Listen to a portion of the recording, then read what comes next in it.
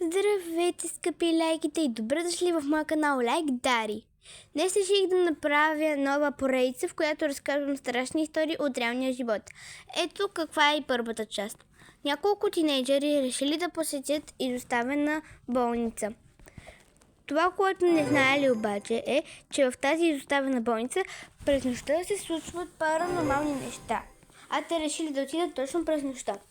Когато станало към 12:30, някъде там, те чули странно трополене от съседната стая. Отишли да проверят и видяли, че няколко тухли са се срутили от тавана. Помислили, че просто е съвпадение и се е срутвала сградата, част от сградата, затова са върнали обратно в първата част на болницата. Малко по-късно се чуло и шептене, което им казвало някакви неясни неща. Те се изплашили и решили да проверят какво става.